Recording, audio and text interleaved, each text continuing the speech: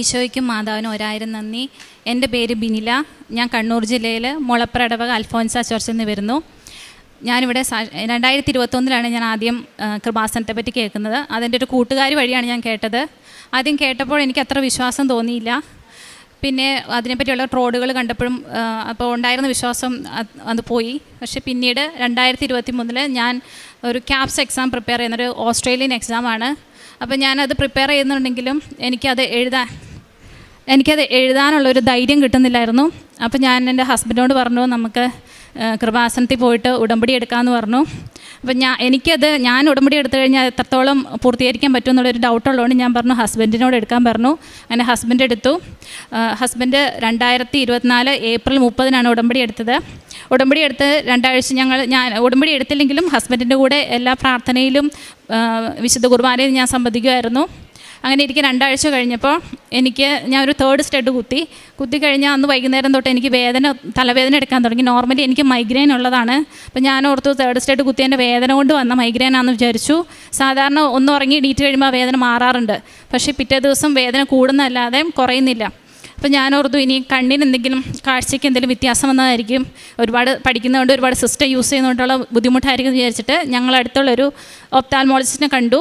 പക്ഷേ ആളും പറഞ്ഞു ചിലപ്പോൾ സ്ട്രെയിൻ എടുക്കുന്നതുകൊണ്ടായിരിക്കും, സ്ക്രീൻ ടൈം കൂടുതലുള്ളതുകൊണ്ട് ഐസ് ഡ്രൈ ആയതുകൊണ്ട് ഐ ഡ്രോപ്സും എൻ്റെ ലെൻസും ഒന്ന് മാറ്റി തന്നു. എന്നിട്ടും വേദന കുറയുന്നില്ല. ഒരു ദിവസം ഞാൻ വെയിറ്റ് ചെയ്തു. പിറ്റേ ദിവസമായപ്പോഴത്തേക്കും ലെഫ്റ്റ് ഐക്ക് റെഡ്നെസ് വന്നു തുടങ്ങി. അപ്പോൾ ഞാൻ വീണ്ടും ആ ഡോക്ടറെ കാണാൻ ഇപ്പോൾ ആ ഡോക്ടർ ഒന്ന് ലീവ് ആയതുകൊണ്ട് വേറൊരു ഒപ്താൽമോളജിസ്റ്റിൻ്റെ അടുത്തേക്ക് പോയി. അപ്പോൾ അവിടെ ചെന്ന് കഴിഞ്ഞപ്പോഴാണ് ആ ഡോക്ടർ പറഞ്ഞത് എൻ്റെ കണ്ണിനുള്ളിൽ ചെറിയ കുരുക്കളുണ്ട്, ഡസ്റ്റ് വന്നിട്ട് അതിൻ്റെ വേദനയാണെന്ന് പറഞ്ഞു. അത് ക്ലീൻ ചെയ്തു. പക്ഷേ ഒന്നും കൂടി വേദന കൂടിയതല്ലാതെ എനിക്ക് കുറവൊന്നും ഉണ്ടായില്ല. മൈഗ്രെയിൻ ഉള്ളതുകൊണ്ട് ഞാൻ തലവേദന ഭയങ്കരമായിട്ട് വന്നിരിക്കുന്നതുകൊണ്ട് ഞാൻ ഓർത്ത് ഇനി എന്തെങ്കിലും ന്യൂറോളജിക്കൽ റിലേറ്റഡ് ആയിട്ടുള്ള എന്തെങ്കിലും ഇഷ്യൂ ആയിരിക്കും വിചാരിച്ചു. അങ്ങനെ നോക്കിയപ്പോൾ എൻ്റെ തലയിൽ നിറയെ മുഴകൾ വന്നിട്ടുണ്ടായിരുന്നു. അപ്പോൾ ഞങ്ങൾ ന്യൂറോളജിസ്റ്റിൻ്റെ അടുത്ത് കാണാൻ പോയി കണ്ണൂർ. അപ്പോൾ അവിടെ ചെന്ന് CT സ്കാൻ എടുത്ത് നോക്കി. അപ്പോൾ CT സ്കാനിലൊന്നും പ്രത്യേകിച്ച് കാണുന്നില്ല. അപ്പോൾ ആൾ പറഞ്ഞു ഇനി എക്സാമിൻ്റെ ടെൻഷൻ കൊണ്ടുണ്ടായ മൈഗ്രെയിൻ ആയിരിക്കും, ഒരു പെയിൻ കില്ലർ തന്ന് വിട്ടു. പക്ഷേ പിറ്റേ ദിവസം രാവിലെ എഴുന്നേറ്റപ്പോൾ എൻ്റെ നെറ്റിയിൽ ലെഫ്റ്റ് സൈഡിൽ ഈ ഭാഗത്തായിട്ട് ബ്ലിസ്റ്റർ വന്നു തുടങ്ങി. അപ്പോൾ ബ്ലിസ്റ്റർ കണ്ടു കഴിഞ്ഞപ്പോൾ അത് ഹെർപ്പസ് സോസ്റ്റർ ആണെന്ന് എനിക്ക് മനസ്സിലായി. ഞാനൊരു മെഡിക്കൽ ഫീൽഡിൽ വർക്ക് ചെയ്യുന്ന ആളാണ്. അപ്പോൾ ഹെർപ്പസ് സോസ്റ്റർ എന്ന് വെച്ച് ഞങ്ങൾ ഡെർമറ്റോളജിസ്റ്റിൻ്റെ അടുത്തേക്ക് പോയി. അപ്പോൾ അത് സ്പ്രെഡ് ചെയ്യാൻ തുടങ്ങിയിട്ടുണ്ടായിരുന്നു. ഡെർമറ്റോളജിസ്റ്റ് ഒപ്താൽമോളജിസ്റ്റിനെയും ENT-നെ റെഫർ ചെയ്തു. അപ്പോൾ ഒപ്താൽമോളജിസ്റ്റിൻ്റെ അടുത്ത് ചെന്ന് കഴിഞ്ഞപ്പം ആൾ മുന്നേ മൈഗ്രെയിൻ ആണെന്ന് വിചാരിച്ചു, അല്ല കണ്ണിൻ്റെ പ്രഷർ, കണ്ണിൻ്റെ കാഴ്ചയുടെ സംബന്ധമായിട്ടുള്ള വേദനയാണെന്ന് വിചാരിച്ചിട്ടുള്ള ബുദ്ധിമുട്ടാണെന്ന് ഓർത്തിട്ടാണ് ട്രീറ്റ് ചെയ്തത്. അപ്പോൾ ഹെർപ്പസ് സോസ്റ്റർ എന്ന് കണ്ടപ്പോൾ ആൾ നന്നായിട്ട് നോക്കി. അപ്പം പറഞ്ഞു ഇത് സ്പ്രെഡ് ചെയ്ത് ഇവിടെ വരെ എത്തിയിട്ടുണ്ട്, എങ്ങനെയാണെങ്കിലും കണ്ണിലേക്ക് വരാൻ സാധ്യതയുണ്ട്, വൈറസ് കണ്ണിലെത്തി കഴിഞ്ഞാൽ പെർമനൻറ്റ് ബ്ലൈൻഡ്നെസ്സിനുള്ള ചാൻസ് ഉണ്ടെന്ന് പറഞ്ഞു. അപ്പോൾ ഞങ്ങൾക്ക് പേടിയായി. പിന്നെ ENT റെഫർ ചെയ്തു. ENT സഹിക്കാൻ പറ്റാത്ത വേദന ആയതുകൊണ്ട് പെയിൻ കില്ലറിൻ്റെ കൂടെ അഡീഷണൽ ആയിട്ട് ഒരു ന്യൂറോപ്പത്തിക് പെയിനുള്ള ഗ്യാബപ്പിൻ്റെ എന്നൊരു ടാബ്ലറ്റും തന്നു. അങ്ങനെ വീട്ടിലെത്തി ഞാൻ ടാബ്ലറ്റ് കഴിച്ചു. ആദ്യം ഒരു പെയിൻ കില്ലർ എടുത്തു, എന്നിട്ട് വേദന കുറയുന്നില്ല എന്നുണ്ടപ്പോൾ ഗ്യാബപ്പിൻ്റെയും കഴിച്ചു. പക്ഷേ വേദന കുറയുന്നില്ല, കൂടുന്നല്ലാതെ കുറയുന്നില്ല. എനിക്ക് ഉറങ്ങാൻ പറ്റുന്നില്ല. നോർമലി ഒരുമാതിരിപ്പെട്ട വേദനയൊക്കെ സഹിക്കുന്ന ഒരാളാണ് ഞാൻ. പക്ഷേ എനിക്ക് സഹിക്കാൻ പറ്റാത്ത എത്ര വേദനയായി. ഉറങ്ങാൻ പറ്റാതെ വന്നപ്പോൾ ഞാനിങ്ങനെ എന്തെങ്കിലും രോഗസൗഖ്യ ധ്യാനം വല്ലതും എന്തെങ്കിലും പ്രാർത്ഥന വല്ലതും യൂട്യൂബിലുണ്ടോ നോക്കാൻ വേണ്ടിയിട്ട് ഞാൻ നോക്കിയപ്പം ജോസഫ് അച്ഛൻ്റെ ഒരു വീഡിയോ കണ്ടു. അത് പഴയ ഒരു വീഡിയോ ആണ്, 3-4 വർഷം മുമ്പുള്ളൊരു വീഡിയോ ആയിരുന്നു. അപ്പോൾ അത് കണ്ടപ്പോൾ ഞാൻ അതിൽ നോക്കിയപ്പോൾ അച്ഛൻ ഇങ്ങനെ പ്രാർത്ഥിക്കുന്നുണ്ടായിരുന്നു. അച്ഛൻ പറഞ്ഞു നിങ്ങൾ വിശ്വാസ പ്രമാണം ചൊല്ലി വേദനയുള്ള ഭാഗത്ത് കൈവച്ച് പ്രാർത്ഥിക്കാൻ പറഞ്ഞിട്ടുണ്ടായിരുന്നു. അപ്പോൾ അതിനു മുമ്പ് എൻ്റെ ഹസ്ബൻഡ് ആ വേദനയുള്ള ഭാഗത്ത് എനിക്ക് ഉടമ്പടി തൈലം പൂശിയിട്ടുണ്ടായിരുന്നു. അപ്പോൾ ഞാൻ ആ വിശ്വാസത്തോടെ അച്ഛൻ പ്രാർത്ഥിക്കുന്ന സമയത്ത് വിശ്വാസ പ്രമാണം ചൊല്ലിക്കൊണ്ടേയിരുന്നു. അപ്പോൾ കുറച്ച് കഴിഞ്ഞപ്പോൾ ആ പ്രാർത്ഥന കഴിഞ്ഞു, കുറച്ച് കഴിഞ്ഞപ്പോഴത്തേക്ക് എനിക്ക് വേദന കുറയാൻ തുടങ്ങി, എനിക്ക് ഉറങ്ങാൻ സാധിച്ചു. പിറ്റേ ദിവസം തൊട്ട് ഒരു പെയിൻ കില്ലർ 3 നേരം പെയിൻ കില്ലർ എടുത്തുകൊണ്ടിരുന്ന ഞാൻ ഒരു പെയിൻ കില്ലർ പോലും എടുക്കാതെ ഞാൻ ഉറങ്ങാൻ എനിക്ക് സാധിച്ചു. നോർമലി ഈ ഹെർപ്പസ് സോസ്റ്ററിൻ്റെ പെയിൻ വന്നു കഴിഞ്ഞാൽ 6 മാസം വരെ അതിൻ്റെ വേദന നീണ്ടു നിൽക്കാറുണ്ട്. അത് നമുക്ക് സഹിക്കാൻ പറ്റാത്തൊരു തരം വേദനയാണ്.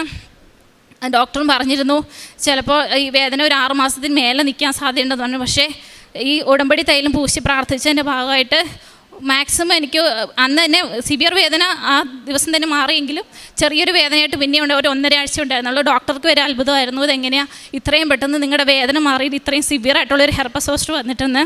അതെനിക്ക് പൂർണ്ണ വിശ്വാസമുണ്ട്. എന്നെ വിശ്വാസത്തിലേക്ക് നയിക്കാൻ വേണ്ടി മാതാവ് എനിക്ക് തന്നൊരു സാക്ഷ്യമാണെന്ന് ഞാൻ വിശ്വസിക്കുന്നു. ആ സമയത്ത് ഞാൻ ക്യാപ്സ് എക്സാം പ്രിപ്പയർ ചെയ്തുകൊണ്ട് പറഞ്ഞല്ലോ. പക്ഷേ ഞാൻ ഓർത്ത് എപ്പോഴും എനിക്ക് എന്തെങ്കിലും ഒരു ദൈവാനുഗ്രഹം തരുന്നതിന് മുമ്പ് ഒരു സഹനം എനിക്ക് എപ്പോഴും ഉള്ളത്. അപ്പോൾ ഞാൻ ഓർത്തു ഈ ഹെർപ്പസ് സോസ്റ്റർ എന്നെ എക്സാം വിജയിപ്പിക്കാൻ വേണ്ടി എനിക്ക് എക്സാം എക്സാം ക്ലിയർ ചെയ്ത് തരാൻ വേണ്ടിയിട്ട് ദൈവം തന്നൊരു സഹനമാണെന്നാണ് ഞാൻ ഓർത്തെ. അങ്ങനെ വിചാരിച്ച് ഞങ്ങൾ എക്സാം എഴുതാൻ പോയി.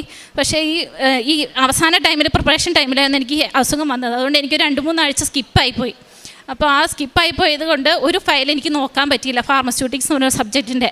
അപ്പോൾ ആ സബ്ജക്റ്റിൽ ഞാൻ ഫെയിലായിപ്പോയി.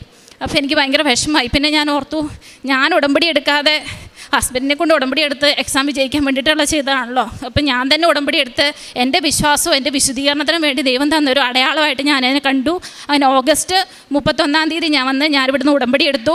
ഉടമ്പടി എടുത്തിട്ട് ഞങ്ങൾ എക്സാമിന് വേണ്ടിയിട്ട് പൂനെയിലേക്ക് പോയി. അവിടെ ചെന്ന് എക്സാം പ്രിപ്പയർ ചെയ്തു, നന്നായിട്ട് തന്നെ പ്രിപ്പയർ ചെയ്തു. പക്ഷേ എക്സാമിന് ചെന്ന് കഴിഞ്ഞപ്പോൾ എക്സാം സ്റ്റാർട്ട് ചെയ്തപ്പം എനിക്ക് മനസ്സിലായി, ഒരു കാൽക്കുലേഷൻസ് തന്നെ നോർമലി അത്രയും കാൽക്കുലേഷൻസ് എക്സാമിന് വരുന്നതല്ല. പക്ഷേ എനിക്ക് 70% കാൽക്കുലേഷൻസും അത് ഞാൻ കണ്ടിട്ടില്ലാത്ത പോലത്തെ ടൈപ്പ് കാൽക്കുലേഷൻസും ആയിരുന്നു. അപ്പം ഞാൻ കരഞ്ഞുകൊണ്ടാണ് എക്സാം ഹാളിൽ നിന്ന് പുറത്തിറങ്ങിയത്. എന്നിട്ട് ഞാൻ പ്രാർത്ഥിച്ചു. അപ്പം ഞാൻ മാതാവിനോട് പ്രാർത്ഥിച്ചു, മാതാവേ, എൻ്റെ ഉടമ്പടിയിൽ എന്തെങ്കിലും തെറ്റുകൾ സംഭവിച്ചിട്ടുണ്ടെങ്കിൽ, കുറവുകളുണ്ടെങ്കിൽ അതിന് പരിഹരിക്കാൻ വേണ്ടി 25 ദിവസത്തെ എക്സാം നടന്നത് നവംബർ 27-നാണ്. അപ്പം ഞാൻ പറഞ്ഞു, ഡിസംബർ 1 തൊട്ട് 25ഓളം നമ്മുടെ ക്രിസ്മസ് നോമ്പിന് ഞാൻ ഒരു നേരത്തെ ഭക്ഷണം ഉപേക്ഷിച്ചിട്ടുള്ള ഉപവാസം എടുത്ത് പ്രാർത്ഥിച്ചോളാം നേർന്ന് ഞാനങ്ങനെ പ്രാർത്ഥിച്ചു. കുരിശിൻ്റെ വഴിയും എല്ലാം ചൊല്ലി പ്രാർത്ഥിച്ചുകൊണ്ടേയിരുന്നു. പ്രത്യക്ഷ പ്രാർത്ഥനയും മാതാവിനോടുള്ള പ്രത്യേക പ്രാർത്ഥനകളൊക്കെ നടത്തി ഞാൻ പ്രാർത്ഥിച്ചുകൊണ്ടിരുന്നു.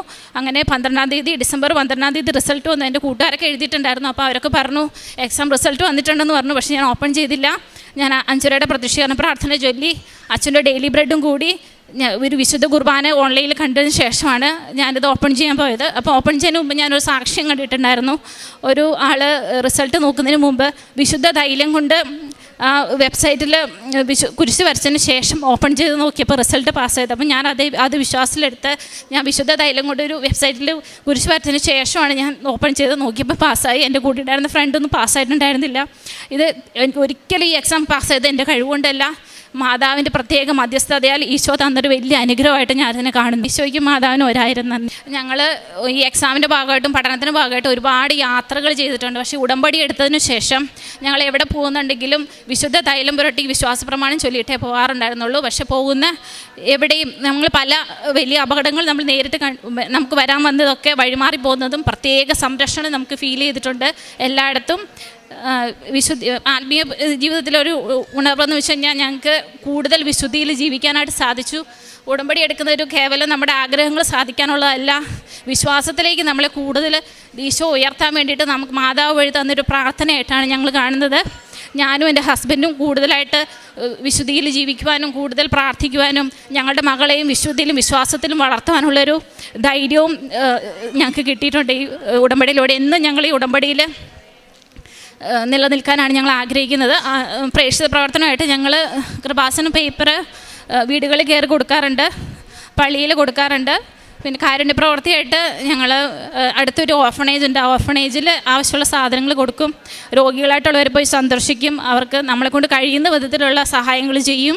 പിന്നെ ഓൺലൈനിലൊക്കെ കാണുന്ന വീഡിയോസ് കാണുമ്പോൾ അവർക്കൊക്കെ പറ്റുന്ന വിധത്തിലുള്ള സഹായങ്ങൾ ചെയ്യാറുണ്ട്.